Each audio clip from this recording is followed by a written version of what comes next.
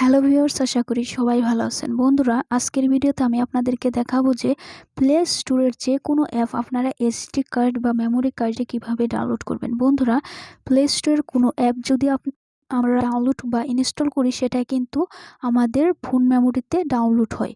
তো বন্ধুরা, আজকের ভিডিওটা যদি আপনি সম্পূর্ণ দেখেন, তাহলে আপনি প্লে স্টোরের যে কোনো অ্যাপ মেমোরি কার্ড বা এসডি কার্ডে ডাউনলোড করতে পারবেন। তো বন্ধুরা, আমি মূল ভিডিওতে যাওয়ার আগে আমি আপনাদেরকে রিকোয়েস্ট করব, যারা এখনও আমাদের চ্যানেলটি সাবস্ক্রাইব করেননি তারা প্লিজ সাবস্ক্রাইব করে নেবেন, আর যারা অলরেডি সাবস্ক্রাইব করেছেন তাদেরকে অসংখ্য ধন্যবাদ।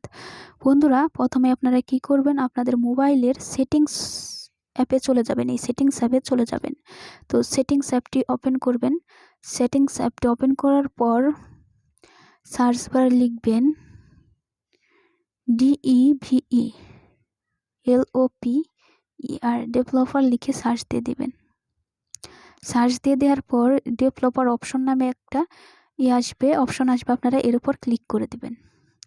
ক্লিক করে দেওয়ার পর আপনাদের এখানে আপনারা কি করবেন, এখানে অন আছে, আপনারা বাটনটা, আপনাদের এখানে অফ থাকতে পারে, আপনারা বাটনটা অন করে দিবেন। তারপর নিচের দিকে যাবেন, নিচের দিকে যাবেন, নিচের দিকে যাবেন, নিচের দিকে যাবেন, নিচের দিকে যাবেন, নিচের দিকে যাবেন, নিচের দিকে যাবেন, নিচের দিকে যাবেন।